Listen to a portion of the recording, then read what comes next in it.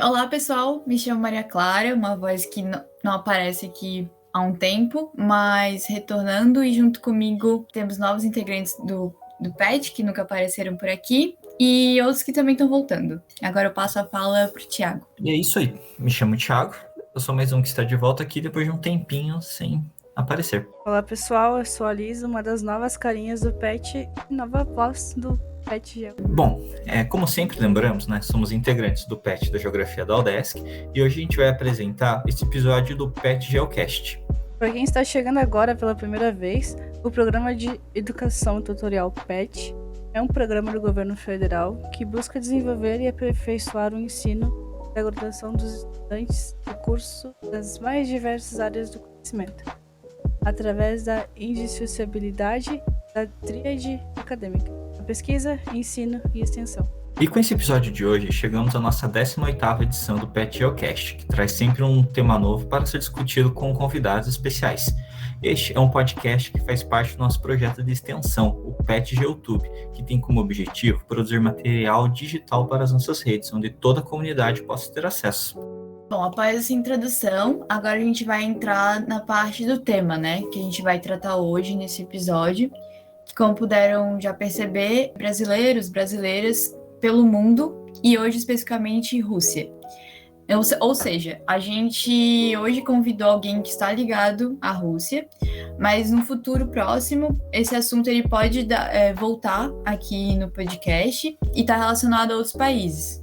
Mas então a gente vai, com esse convidado, a gente vai conseguir compreender um pouco mais como é a vida nesse o maior país do mundo. A partir dessa experiência de um estrangeiro, a gente convidou o Matheus Nunes. Olá, Matheus. Primeiramente, gostaria de agradecer em nome de toda a equipe do PET Geografia por ter aceito nosso convite. Agora, por favor, nos conte mais sobre você e sua trajetória, para que a gente sim possamos te conhecer um pouquinho melhor. Boa noite a todos. Então, quando eu fui para a Rússia, eu fui sem saber muito, né, do que me esperava, de como era, e foi uma experiência muito, muito incrível, assim, muito gratificante. Tipo, foi algo que me moldou numa fase muito, muito interessante da vida, né, que eu tinha 19 anos, então foi algo muito, muito diferente, muito proveitoso também.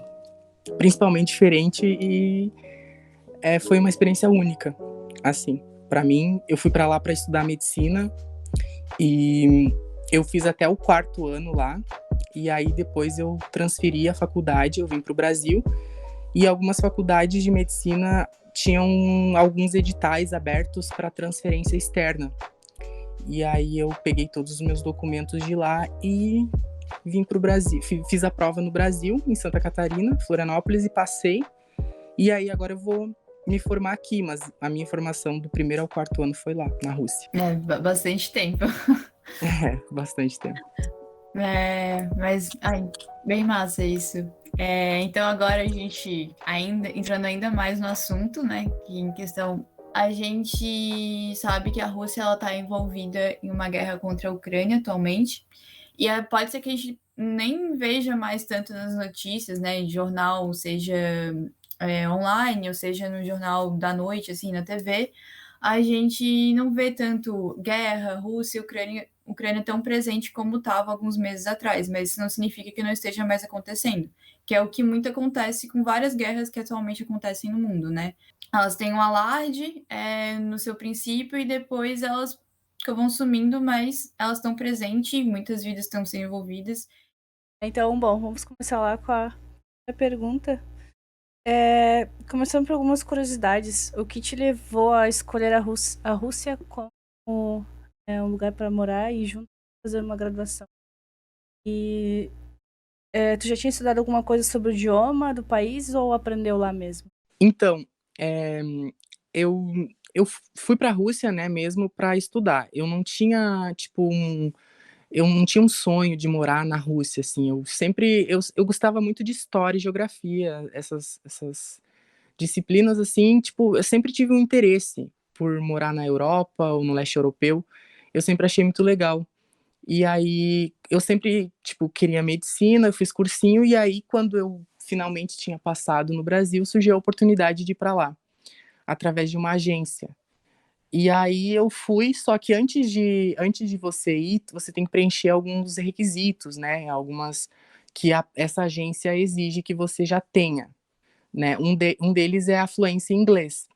Eles exigem para que você inicie direto na faculdade. Caso você não seja fluente em inglês, o que era o meu caso, você teria que fazer a faculdade preparatória, que varia de 6 meses a 1 ano, e aí você já faz mesmo na Rússia.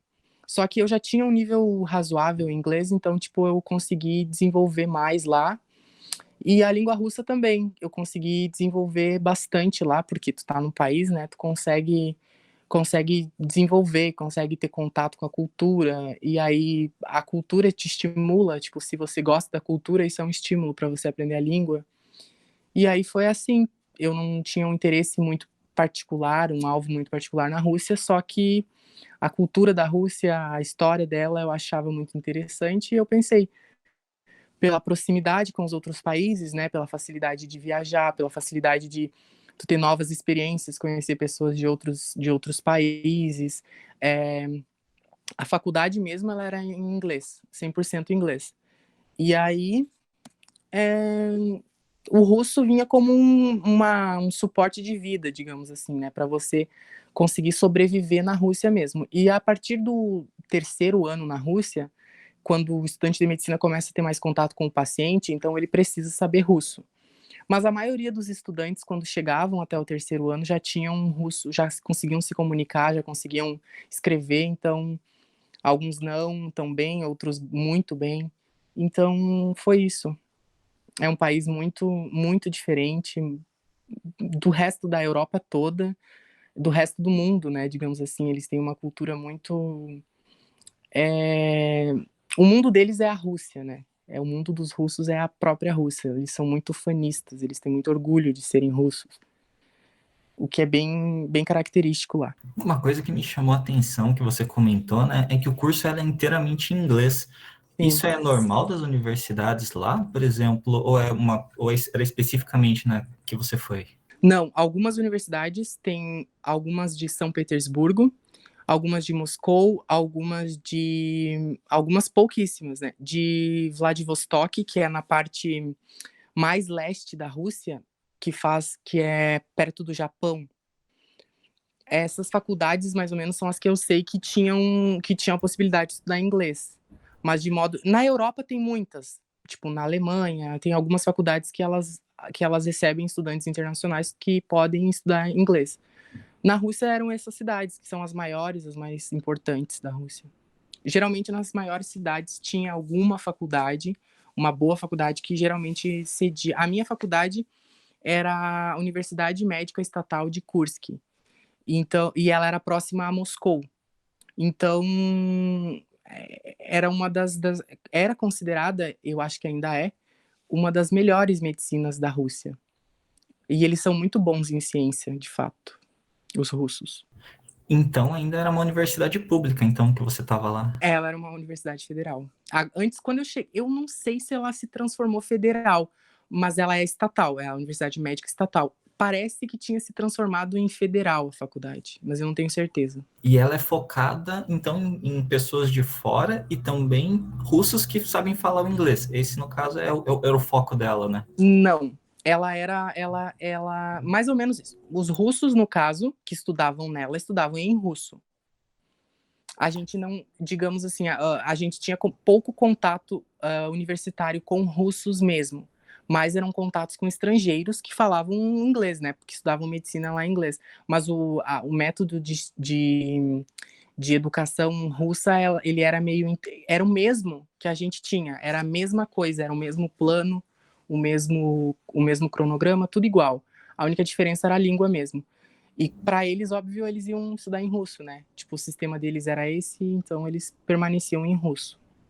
Mas tinham os professores, todos eles falavam inglês e tal. Eles têm um pouco, os russos ainda têm um pouco de, como que eu vou dizer,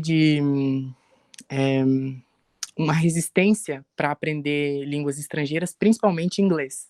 Eles têm uma certa histórica, né, uma certa rixa com cultura anglo-saxônica. Então, de modo geral, assim, eles têm uma certa resistência com o inglês, mas mesmo assim eles se tornam fluentes, assim, na língua, quando eles, né, no caso, os professores e tal. Eu acho que é bem justificável isso deles. É bem justificável mesmo. Agora uma pergunta, assim, em questão do sistema educacional russo comparado com o brasileiro, tem muita diferença? E, tipo, caso tenha diferença, assim, qual foi a maior dificuldade, assim, que você achou em relação a isso? Então, tem muita diferença. Não tem comparação. É muito diferente porque a carga horária é bem maior. Os russos, eles têm uma cultura de leitura muito forte. Lá é muito comum nos metrôs, porque eles não são muito ligados à tecnologia, tipo smartphones, essas tecnologias eles têm, óbvio, mas eles ainda preservam muito o papel. Tanto que lá, a maioria dos teus documentos, tudo era em papel. É uma característica muito marcante da Rússia inteira. É tudo escrito. É óbvio que eles têm registro no computador, mas assim, eles vão ter aquele registro do computador também no papel. E eles têm, no sistema educacional, eles têm uma cultura muito forte de leitura, a carga horária é maior também. Não é diferente do Brasil no aspecto cultural, no sentido de liberdade de expressão, no sentido de abertura para o Ocidente, porque no sentido dos direitos humanos também, lá não se fala muito sobre isso. Eles tentam preservar o modo de vida deles de uma forma meio drástica, né? E eles conseguem, porque preservar de maneira drástica a cultura deles, porque o povo russo ele tem uma cultura muito marcante e pouquíssimo mesclada, assim, digamos. Uma mescla recente não tem. Tem uma mescla histórica, né? Mas recente não tem. Tipo, eles não tem muito americanismo lá, não tem muita cultura inglesa e do resto da Europa, né? Mais uma cultura eslava mesmo do leste europeu. Uma última perguntinha. E você não sente, por exemplo, algum traço de xenofobia nesse preciosismo deles, ou é mais uma forma mesmo deles conviverem e não chega a ser, tipo, não chega ao ponto de ser xenofóbico, assim, por exemplo? Assim, se tu disser que os russos não são xenofóbicos, você estaria, tipo, mentindo total, porque eles são muito xenofóbicos. E eles são xenofóbicos e eles não têm vergonha de serem xenofóbicos. Não é uma xenofobia, nem um racismo, nem nada mascarado. É declarado mesmo. Eles são muito sinceros. Um traço dos russos é a sinceridade extrema. Então, se eles sorrirem para você, se eles gostarem de você, você pode saber que é de verdade aquilo. E se eles não gostarem, eles vão falar, eles são muito emocionais. Embora sejam frios também, as emoções deles expressam muito. Mas eles são pessoas muito boas, são pessoas muito acolhedoras também, são pessoas que embora não tenha essa cultura de direitos humanos e ONU e etc., eles têm noção do básico, sabe? Daquilo que não precisaria dessas entidades, dessas organizações aí para existir. Eles têm noção de tudo. Eles são pessoas muito boas, acolhedoras e de modo geral, assim, eu considero um povo muito bom. Eu tinha muitos amigos, eu era muito bem tratado lá, mas era comum xenofobia, principalmente xenofobia quando envolviam questões raciais, né? Era bem comum. É bem interessante, na verdade, escutar esses relatos de. Tipo, a gente escuta, né, esses estereótipos que tem de cada país, de cada nacionalidade, mas é bem interessante escutar isso de alguém que viveu lá, de fato. E até então, como você já foi comentando ainda nessa última resposta aqui da pergunta do Thiago, é um país muito grande, né? É um país, né? É o maior país do mundo. Então, a diversidade, apesar de que ele não é habitado, né, todo o território dele, tem uma diversidade cultural grande também, né? E Sim. aí, seja em relação à comida, vestimenta, música, até como você comentou, a forma de lidar com coisas cotidianas, assim. E dos lugares que você conseguiu conhecer, teve algo que te marcou assim, foi muito difícil se adaptar?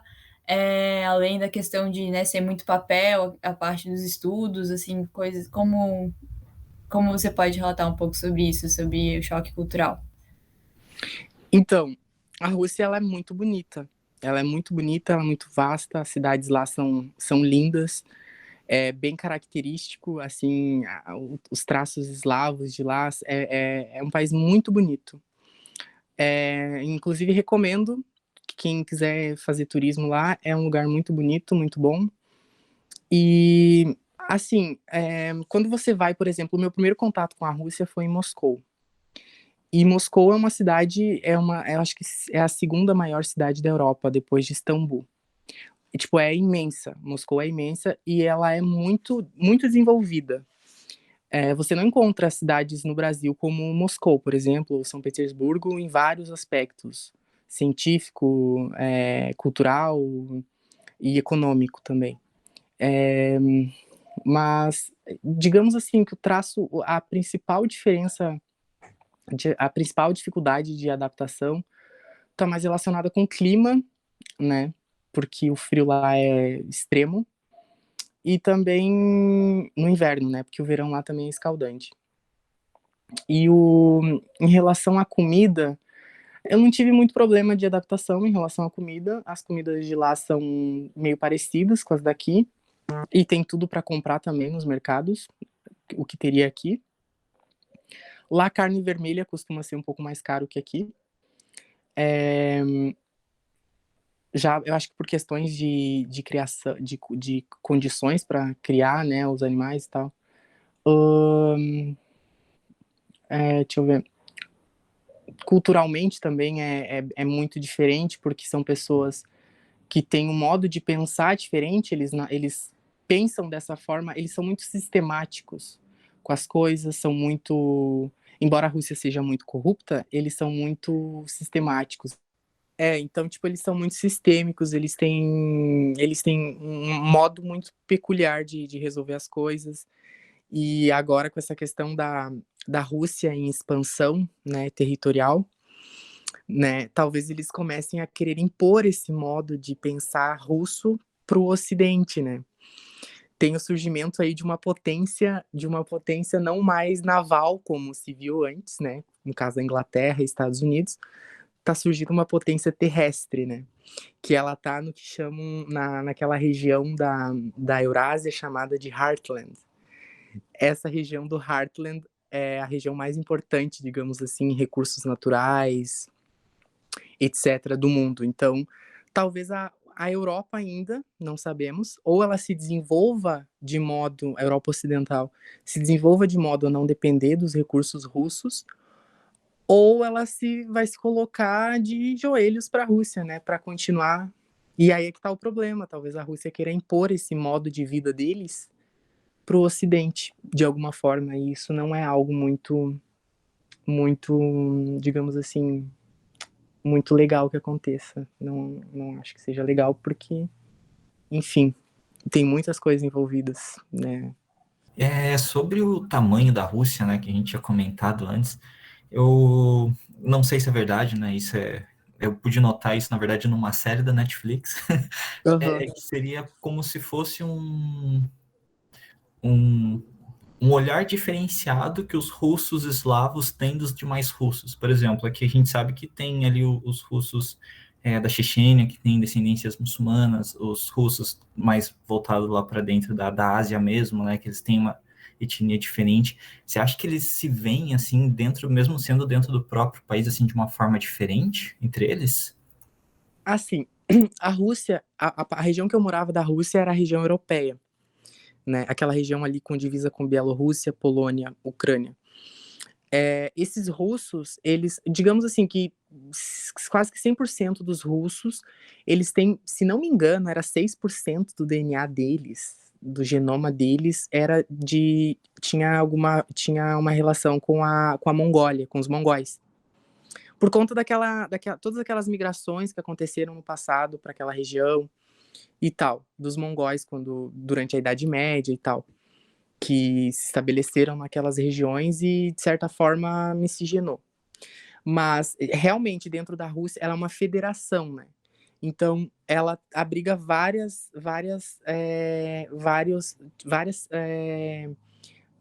populações, assim. Por exemplo, a região da, da Rússia mais a leste, depois lá da Sibéria e tal, eles têm um olhinho mais puxado, eles não têm a pele tão branca como os russos europeus, são bem diferentes. Acredito eu que deva ter até um certo racismo dentro da própria Rússia, mas todos falam russo, todos eles falam russo fluente, aprendem russo em casa, e realmente a Rússia é bem diferente, ela é imensa, ela é realmente imensa, né? E isso é muito favorável para eles, tanto em questão de recursos, questão de, digamos assim, se uma outra potência decide atacar a Rússia, eles convidam para que entrem na Rússia. Então entra na Rússia, porque a Rússia é grande o suficiente para receber essa potência que está tentando atacar.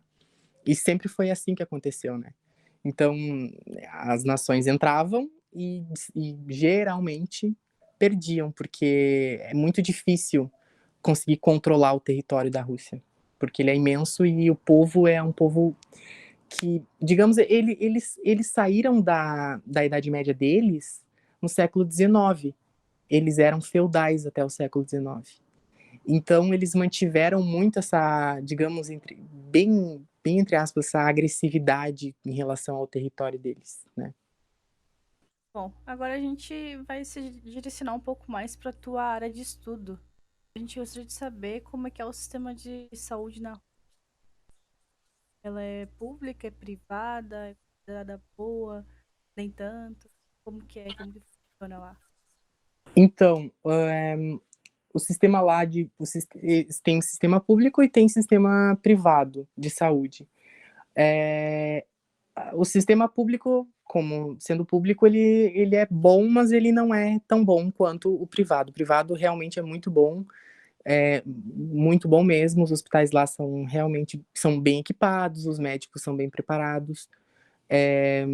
Embora eles não tenham uma remuneração tão alta como é vista no Brasil. Os médicos lá, eles não têm um salário tão bom quanto aqui. Ou, não sei se bom, mas eles não têm um salário bom quanto aqui. Eles geralmente... Mas as coisas lá também tendem a não ser tão caras, né? E em relação a outra pergunta era sobre o sistema de ensino, né? Não, na verdade a gente não chegou a comentar sobre o sistema de ensino, mas é uma pergunta que eu estava em mente também. Tá. Não todo, assim, tem uma força, assim, no ensino público de saúde, porque como você mesmo comentou, você veio de uma universidade lá que é pública, né? Uhum. Como um todo, assim, o ensino público lá tem força, ou é mais o privado? Como que funciona essa questão lá? O ensino deles, eles geralmente, eu não sei exatamente como funcionam as faculdades privadas lá, mas existem. Mas o que eu mais percebia, assim, era o sistema público mesmo de ensino das faculdades de medicina.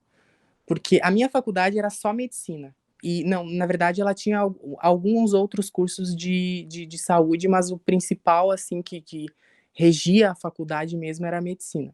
Tinha odonto também lá. E farmácia. Mas o modo de ensino era PBL. E aí você tinha que... Era assim, funcionava da seguinte maneira. Você tinha, digamos que, a anatomia no início da faculdade, né? A anatomia lá durava 1 ano e meio. No Brasil, a anatomia dura, eu acho que, no máximo 1 ano. Lá durava 1 ano e meio, e ainda depois disso tinha a anatomia topográfica, que é outra área da anatomia, que é mais 1 ano. Então, russo realmente é muito bom em anatomia. Eles eram muito bons em anato. E funcionava assim, você tinha... A faculdade minha era 100% presencial, ou seja, nunca poderia faltar. Tipo, se o aluno faltasse, ele teria que fazer uma prova para repor essa matéria, essa aula que ele faltou. Até ele passar nessa prova, ele não estava liberado, ele tinha que passar nessa prova. E era assim, você tinha, digamos que, 5 aulas antes de um major. Um major era uma prova que eles chamam de ITOG. em russo. Era uma prova que você fazia que era como se fosse uma P1 aqui do Brasil, uma P2. Só que antes dessa major, você não poderia ter nenhuma falta. Porque se você tivesse alguma falta antes dessa major, você não tinha permissão para fazer o major. Aí depois você tinha outro major. Antes desse segundo major, também não poderia ter nenhuma falta. Se você tivesse, você deveria fazer uma prova dessa aula que você faltou. E assim ia até o final. E aí no final, você tinha, em média, uns 5 majors por 5, 6 por matéria. E aí você fazia o exame final da matéria, que era a primeira parte do exame, você tinha que fazer uma prova num computador, e a segunda parte do exame ele era discursivo, não era nada de questões diretas de assinalar, era tudo discursivo mesmo. Funcionava assim. E geralmente lá não funciona aqui como pode ter dependência nas matérias. Lá não. Lá ou você passa em tudo ou você vai ter vários problemas. Então você é obrigado a passar. Digamos assim, se você quiser ter uma vida acadêmica tranquila, é muito bom que você passe em todas as disciplinas de uma vez. E também não tem a opção de fazer menos disciplinas, como no Brasil. Lá, ou você faz todas ou nenhuma. Que mais? A gente tinha lecture, que eram as palestras, que geralmente eram 4 ou 5 lectures por semana. E daí era onde se reuniam todos os grupos da medicina. E cada grupo aqui são divididos em turmas, né? De geralmente 60 alunos. Lá eram grupos. Os grupos tinham em média 12 alunos por grupo. E aí, nos dias das lectures, todo mundo se reunia num hall. E aí o professor dava uma aula para todos. E aí depois, na sala de aula, você tinha uma prova toda a aula. Nessa prova era uma prova oral ou escrita, os dois. Você recebia uma nota por essa avaliação diária, digamos, além do major e além do exame final. E depois eles faziam uma média da sua nota diária.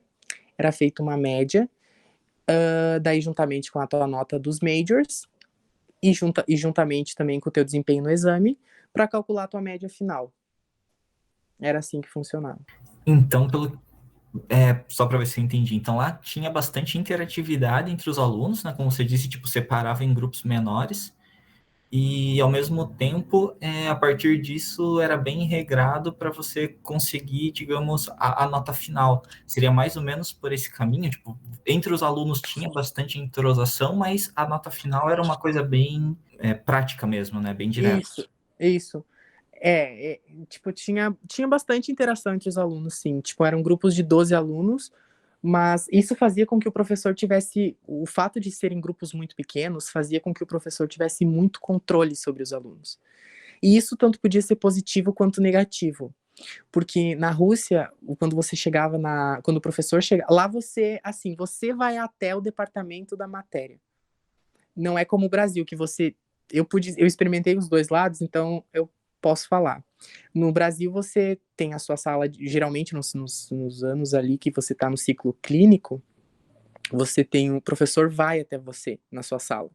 Lá não, lá tinha o departamento que eles chamam de cátedra, o departamento de bioquímica, o departamento de biologia, o departamento de química, o departamento de até matemática a gente tinha, e física.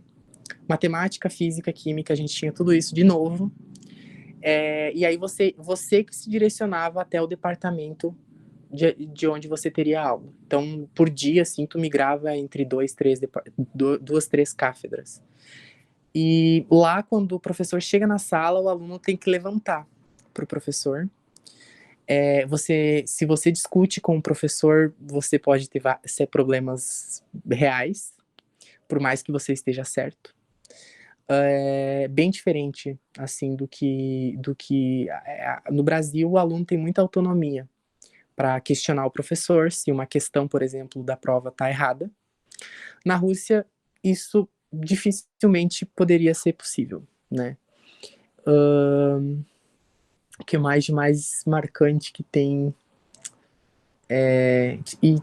Eu não lembro de algo assim muito que possa Pelo que acrescentar. você comentou, então, os próprios professores, assim, eles são extremamente respeitados, assim, ao ponto de serem praticamente intocáveis, né? Então, É basicamente isso, eles são muito respeitados.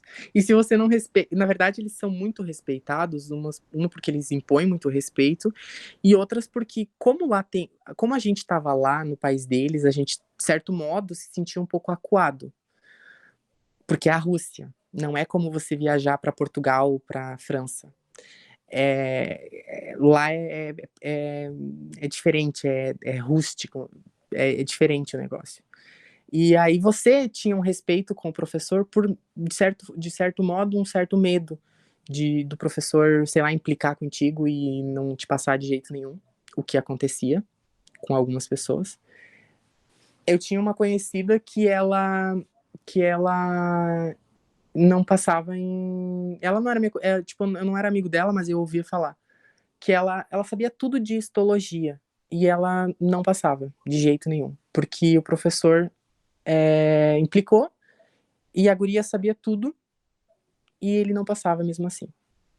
Então, por uma rixa do professor com ela, e até que ela, pelo que eu ouvi falar assim de alto, ela desistiu de morar na Rússia por conta disso, que ela fez esse exame umas 3 vezes, 4, e não tinha jeito de ela conseguir passar. Ela fazia primeiro sitting, segundo sitting, terceiro sitting, reprovava, fazia esses 3 de novo, reprovava, fazia 3 de novo e não passava. Aí até que ela desistiu. Porque é bem. Se você arrumar problema com o professor lá, é provável que você vai ter um grande problema. nem o próprio departamento, né? Então, você pode recorrer a eles, né? Assim, alguns estudantes recorriam ao decanato lá tipo,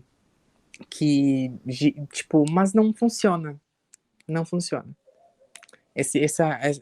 Tu recorrer ao. Nunca funcionava muito bem.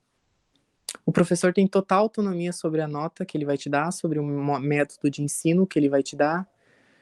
É muito difícil para os alunos conseguirem burlar isso e, sei lá, ter sucesso numa reclamação com o professor. Já vi alguns casos, mas era uma época em que a faculdade estava mais flexível mesmo, porque tinha trocado de reitor, parece, ou de um dos cargos lá que comandava um pouco os professores de modo geral. Mas as cátedras lá, os departamentos, eles tinham total autonomia sobre os seus métodos de ensino. Mas, assim, o método de ensino lá é muito trabalhoso, só que, de certo modo, é muito proveitoso, porque aprende muito. Tipo, quem realmente estava afim, conseguia sair com um conhecimento muito bom em anatomia, em fisiologia, nessas matérias do ciclo básico, conseguia evoluir muito nessas áreas, assim. Tipo, era muito bom, eu considerava muito bom. Todo mundo considerava bom, porque apesar de ser sofrido, no final, assim, tu sabia que tu conseguiu pelo menos aprender, né? Claro que não são com todos os professores. Eu acho que em relação a outros países, talvez a Rússia, no aspecto científico, ela é muito boa. Ela é muito boa. Russo, realmente, eles são muito determinados. Quando eles querem evoluir de alguma forma cientificamente, eles vão dar um jeito de conseguir fazer isso. E as ciências lá são muito boas. Tem muitos cientistas russos, né, internacionalmente conhecidos. Eu achei bem interessante isso, né? Acabou. Então, não quero muito me estender nisso, né? Porque a gente estava assistindo essa pergunta, mas apesar de. Acho que sempre tem que encontrar o meio termo, né? Não pode ser assim, tipo, um respeito que vire algo totalmente autoritário, que você não tenha. Que é, por exemplo, essa situação dessa pessoa que você conhecia que ela não passava de nenhum jeito por algo pessoal, que o professor colocou na cabeça e pronto, ela não mesmo e não levava em consideração o conhecimento dela. Mas eu acho essa parte que você falou da questão do respeito, né? A imagem do professor na Rússia. Claro que quando eu estudei fora do Brasil, que foi durante alguns meses em Córdoba, na Argentina, era no período da escola. Mas eu conseguia ver muito, tipo, eu acho que até a Lisa, ela estudou no Uruguai, não sei se ela como era lá, mas muito a diferença de como é a relação do estudante com o professor e no que é aqui no Brasil. Porque é boa essa liberdade, né? Algumas vezes não sei, eu senti que é muito mais fácil ter uma relação próxima, assim, amigável com o professor aqui no Brasil do que na Argentina, mas é claro que lá também era possível, né? Não é algo assim totalmente fechado e bem rígido. Mas essa coisa de chegar na sala, o professor e a gente tem que levantar, obrigado. Na Rússia era meio drástico, porque, por exemplo, eu não sei se está certo ou errado, mas, tipo, aqui no Brasil, se você está tendo aula na faculdade, numa sala de aula, você não precisava usar jaleco. Lá, se você estivesse tendo aula de matemática, você tinha que ir de jaleco, sabe? Nossa, Sim. E era. Só que lá era um respeito com o professor, assim, que algumas coisas não faziam muito sentido para ti, que não era. Que não, por exemplo, uma vez eu entrei na sala de biologia e a gente estava tendo uma aula teórica, não estava tendo nenhum procedimento, e eu entrei sem jaleco, a professora ficou enlouquecida. Ela ficou muito, muito enlouquecida. Nossa, ela me xingou horrores, horrores, horrores. E ela me mandou sair da sala. Olha a situação, ela me mandou sair da sala. Eu entrei dentro da sala, e daí eu vi que tava todo mundo de jaleco, e eu coloquei o jaleco dentro da sala. Aí ela viu que eu coloquei o jaleco dentro da sala, e eu já tava de jaleco. Aí a gente também usava second shoes lá. Você entrava na sala, você tinha que trocar o seu sapato.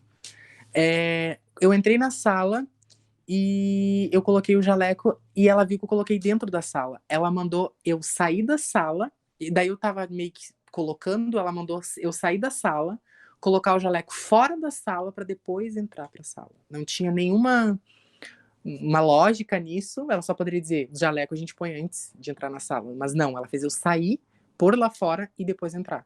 Tipo, pra meio que, sabe? E também lá atraso não era, tipo, se você chegasse atrasado, eles diziam iди домой, ou qualquer coisa, você não entrava. A não ser que você tinha a sorte de um professor ir com a sua cara, né? Se o professor fosse com a sua cara, a sua vida seria um pouco mais facilitada. é bem. Eu achei muito curioso, assim, que é bem rígido mesmo. Até. Bastante, bastante.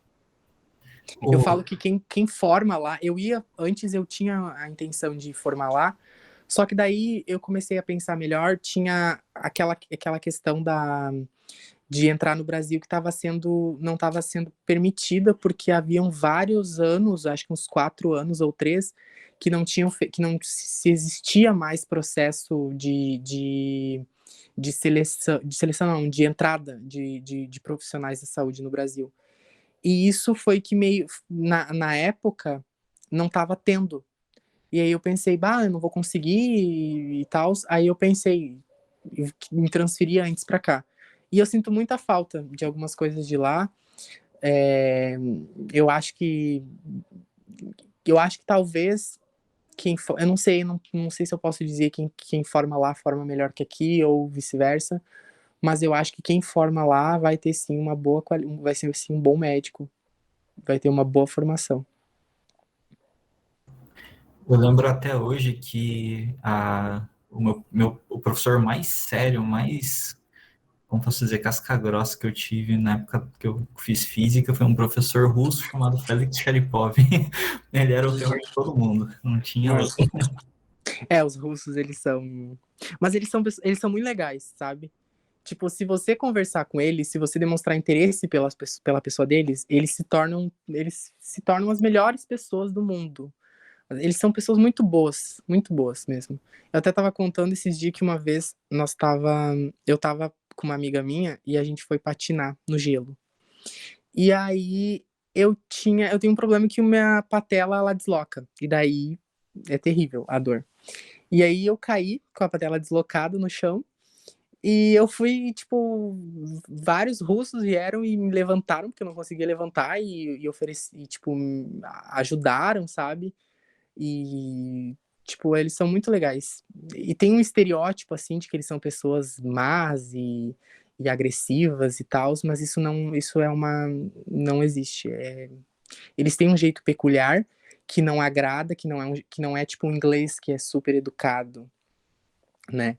Os russos não, eles realmente expõem aquele modo selvagem um pouco de ser, que não é, que é cultural deles e que se você conhecer um pouco mais, você vai se adaptar e vai talvez achar legal, porque eles só estão sendo eles mesmos. Eu acho que a palavra que você falou que combina muito mesmo, assim, pelo menos a minha percepção do que você está falando, né? É que eles são rústicos. É, exatamente. Acho que foi uma palavra que definiu bem. Eles não são frescos, assim. O russo é bem. Eles são bem diretos, assim. Eles não têm nem a opção de serem frescos, porque o clima lá tipo. Não favorece para isso, sabe? É tipo. Você tem que acordar cedo e ir para aula com a temperatura em menos 45 graus, menos 50 graus. Isso e você tem que ir para aula, entendeu? Você tem que. Muitas pessoas lá são pobres e tem que sobreviver no inverno, numa casa que talvez não tenha um sistema de aquecimento tão bom. E essas pessoas sobrevivem a isso. São pessoas que passaram por várias guerras, várias invasões, e mesmo assim ainda estão lá com aquele território imenso, sem ter sido, digamos que, tomado deles. Tem que ter, no mínimo, uma força grande para isso. Acho que isso que você comentou agora, né? Como, assim, de pegar no cotidiano uma pessoa que ela é um pouco mais grosseira, de se dizer, não tem todo aquele jeito docinho de lidar, de se relacionar, mas, assim, conhecer um pouco a história da pessoa. Vai ter coisas na história dela que vai justificar esse jeito dela, da mesma forma que na Rússia. Imagina, for analisar a história dela, a quantidade de coisa que tá, ok, não, tá tudo bem ser assim. É? Questão climática. Tu acaba entendendo fácil. Sim. Bem isso mesmo. Bem, eles são muito... Assim, é meio paradoxal, porque, tipo, os russos, eles são super alegres, eles não são, tipo, os japoneses ou até os asiáticos com aquela disciplina absurda. Eles só querem impor uma autoridade na qual tu assume a condição de aluno, de alguém que tá lá para aprender e ponto. E o professor assume a função de professor e ponto. Eles não são de muito nhenhenhê, sabe? Não tem muito sentimentalismo, mas de modo geral, sim, eles são bem, não tem nem comparação em relação ao método brasileiro no aspecto disciplina, sabe? Só que eles não têm aquela disciplina de um chinês, por exemplo, não. Eles são mais leves, mas eu acho que mais agressivos, digamos assim. Mas é uma agressividade inata. As criancinhas lá parece que já eram assim, sabe? Os pais pegavam e atiravam as criancinhas no gelo, assim, deixavam brincar na neve, coisa que aqui no Rio Grande do Sul, tipo, por exemplo, se tá muito frio, as crianças não saem pra fora de casa. E lá não, isso era bem... É um costume, né? Deixar as crianças lá de fora de casa. Não, lá as crianças brincavam muito no gelo. Era umas criancinhas pequenininhas, assim, uns toquinhos de, sei lá, 1 ano e meio, 2. Brincavam no gelo, os pais atiravam, faziam bola de neve e brincavam muito sem medo de gripar, até porque não é o gelo que gripa, né? Mas enfim, eles não tinham medo de nada, assim, eles eram bem... Aqueles vídeos que viralizam na internet, que são da Rússia, aqueles vídeos são bem fidedignos, tá? Tu vai encontrar situações como aquelas bem fácil, assim, no teu dia a dia. São rústicos mesmo. Melhor palavra. E bebem muito. Bebem muito. Fazem jus à fama da vodka, né? Sim. Por conta do inverno, né? Eles bebem. Dizem que esquenta, né? Bem, se for parecido com a cachaça brasileira, com certeza esquenta. Verdade. Agora, uma pergunta. Você citou, né, que a Rússia passou por muitas guerras, né? Passou por diversas situações difíceis. Já tá meio que no cerne deles, assim, passar por esse tipo de situação, né? Para eles não é muita novidade, se for ver, né, historicamente. Então, atualmente, como que você vê, assim, por exemplo, a tua percepção, né, de quem estava lá dentro da Rússia, convivendo com russos, qual que é a tua percepção da guerra, né, entre a Rússia e a Ucrânia? Uhum. E o que, por exemplo, você acha por exemplo, após a invasão, né, da Crimeia, eu não tenho certeza se você ainda estava lá, acho que, se não me engano, em 2014. Não tava lá nessa época. Então, essa parte da pergunta já vai para água abaixo. Mas Aham. bem, Mas eu como, sei um pouco sobre isso. como você acha, assim, então, qual que é a tua percepção, né, sobre essa situação? Então, a Ucrânia, ela tá literalmente lutando para sobreviver. Só que ela não existe mais na prática. É porque não tem como eles sobreviverem à Rússia, à invasão da Rússia. É impossível. Por mais que eles não entrem para a OTAN, eles não têm como. A OTAN já perdeu essa batalha aí. E o problema disso são as consequências que isso vai ter para o mundo inteiro, né? Porque é uma guerra de escala global. Que tomara que isso continue local, só que as consequências disso vão ser globais, inevitavelmente, por conta de várias questões. Uma delas, né, seria a questão alimentar, porque a Ucrânia, ela é um dos maiores, o solo mais fértil do mundo está na Ucrânia. Então, eles produzem muitos alimentos. E eles não estão produzindo agora. E isso tem consequências para a Europa inteira.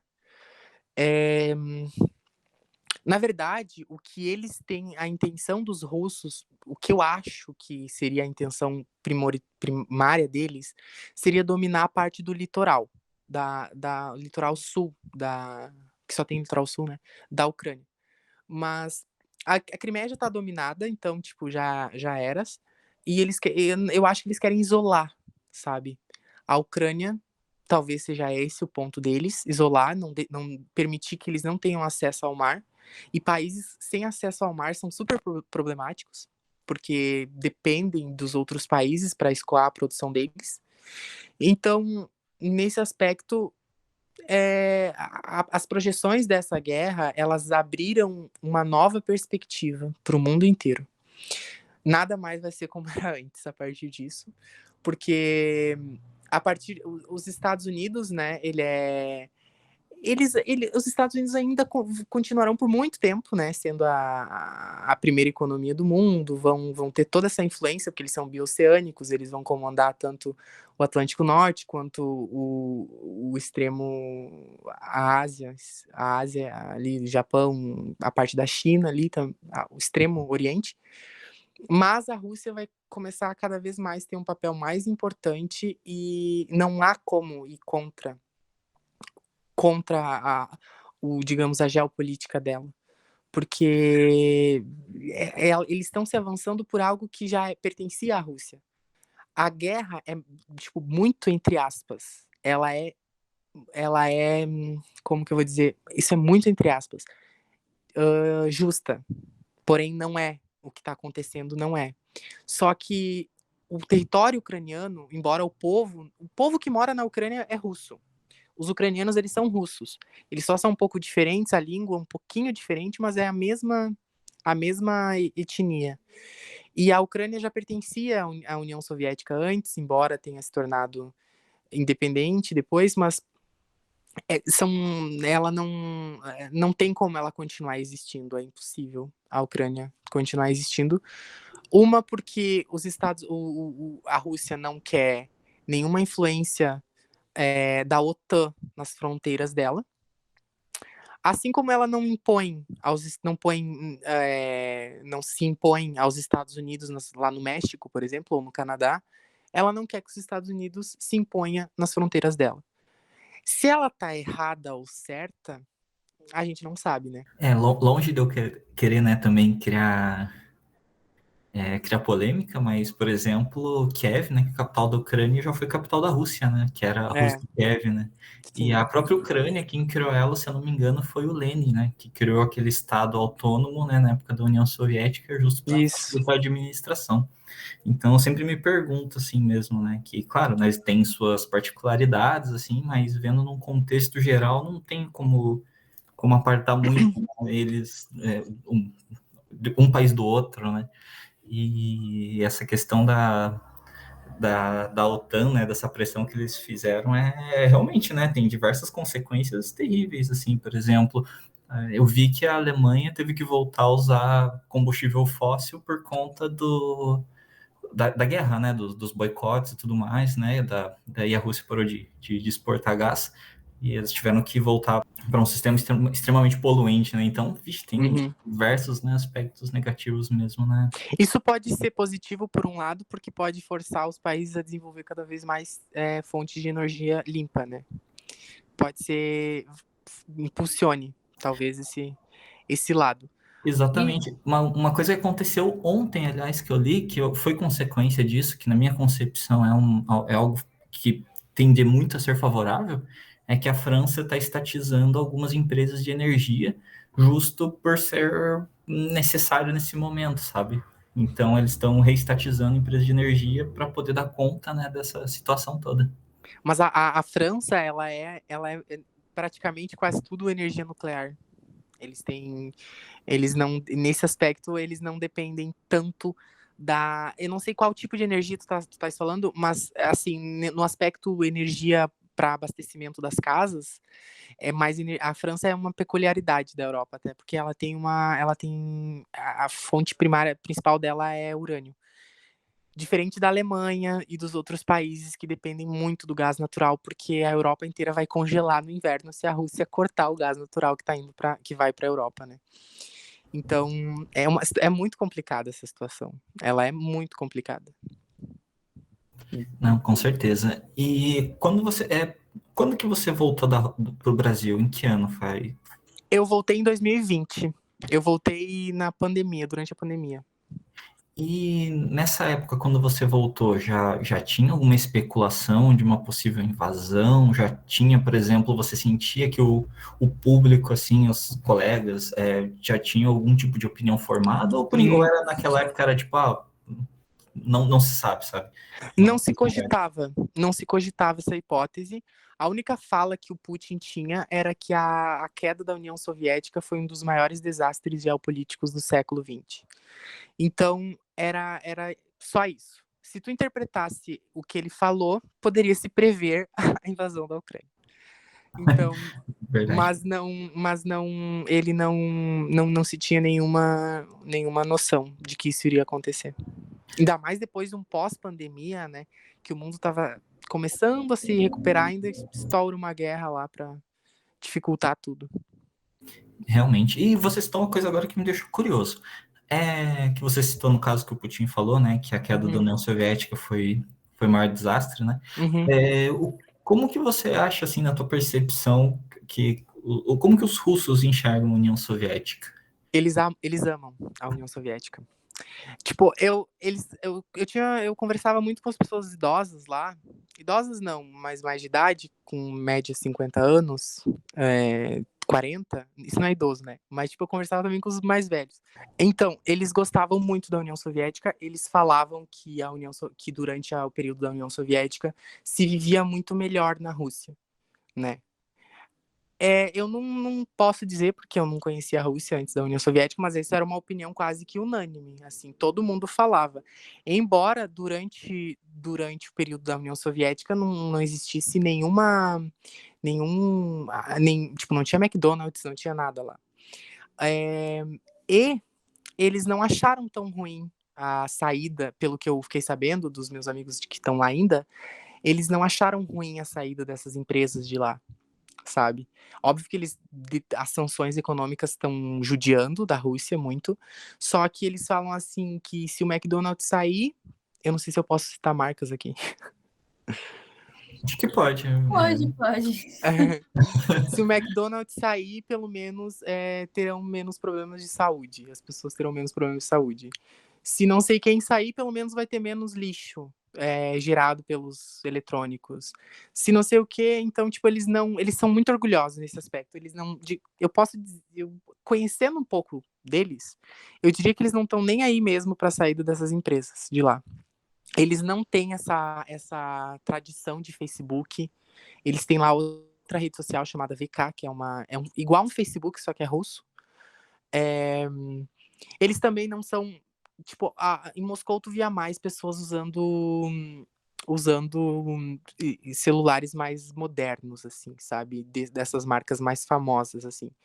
Mas tirando esses lugares, assim, com mais desenvolvimento, as pessoas usavam os smartphones comuns, porque não tinham condições de comprar, eram por opção mesmo, porque eles faziam tudo no normal que eles fariam no outro. E era tipo isso, assim, como funcionava lá. E eu acho que dá pra ter mais ou menos uma noção de como é que funciona a mente dos russos. E eles são felizes desse jeito deles. Na verdade, o que eles estão tentando com essas guerras e com toda isso que está acontecendo, embora eles não concordem com a guerra, mas eles de certa forma sabem que isso vai preservar o modo de vida deles, né? Porque a Rússia, digamos assim, se você tira todas as empresas de cidades pequenas, a Rússia se torna medieval de novo. Cara, ela fica medieval literalmente, porque é tudo muito longe na Rússia, sabe? É tudo muito longe. Mas não é porque, digamos, que é, entre aspas, medieval, que vai ser ruim as coisas lá. Porque a internet, digamos, na Rússia é perfeita. É perfeita e é barata. E é muito boa. Não tem nenhuma restrição de site e de nada.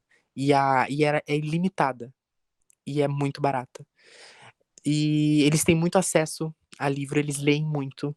Então eu acho que para eles essas influências externas, talvez para o modo de vida deles, não seja algo benéfico ter tanta influência externa lá.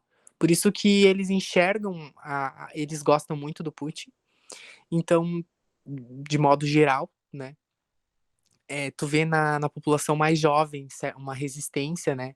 Questão de que as questões LGBT lá são reprimidas por questões que a pessoa não pode expor em público as ações dela nesse aspecto. E várias outras diferenças, assim, o que é diferente não é muito aceito. Eu acho que eu derivei muito agora. Não tem problema. É assim que é bom o assunto. Uma coisa que você comentou ali, que me chamou bastante atenção, né? É que o russo ele tem, então, né, uma forma, se for para pensar, mas mentalmente saudável de lidar com a tecnologia, né? Porque atualmente vários estudos indicam, né, que o uso excesso de redes sociais acaba prejudicando bastante, né, nossa saúde mental. Então, eles não estão de todo errados nesse quesito. E essa questão também, né, desse bloqueio, né, comercial que eles sofrem, né, acho que acaba até empurrando eles em direção à China, né, que eles já tinham uma proximidade, né, histórica bem forte, né? Eu acho que isso força, né, que eles acabem tomando mais, fazem mais comércio juntos, um necessita mais do outro, né, justo para poder comprar esse outro lado, né? Uma certeza tu pode ter, eles preferem a China do que os Estados Unidos. Né? Essa certeza pode ter, mas eu acho que assim, realmente eles são ligados à tecnologia, mas com a tecnologia que tem um resultado, sabe? Eles não são muito, muito ligados a essa ostentação que a gente vê, tipo, muito no Ocidente, sabe? Isso não tem muito lá.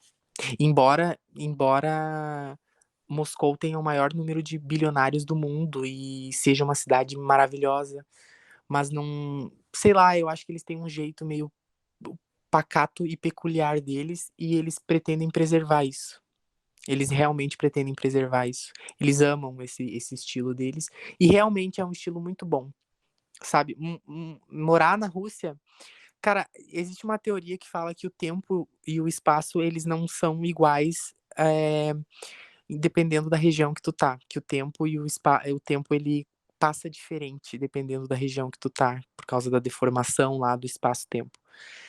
E na Rússia, tu tem a impressão, quando tu tá lá, que tu tá em outra dimensão do tempo, sabe? Muito mais atrás do que a impressão que tu tem, por exemplo, quando tu tá no Brasil, na Europa, nos Estados Unidos.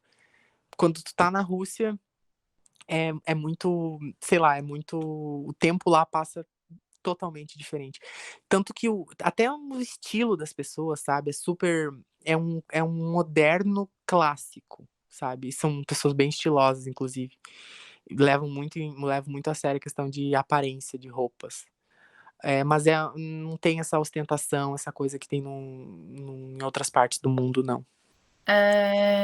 Acho que conversou bastante, né? Não sei se o Thiago tem mais alguma pergunta em mente aí. Não, eu ia tentar fazer uma citação aqui, mas eu fiquei com medo de falar besteira, daí eu fui pesquisar aqui no Google, eu preferi ficar quieto, sabe aquela? Às vezes não é bom não abusar muito.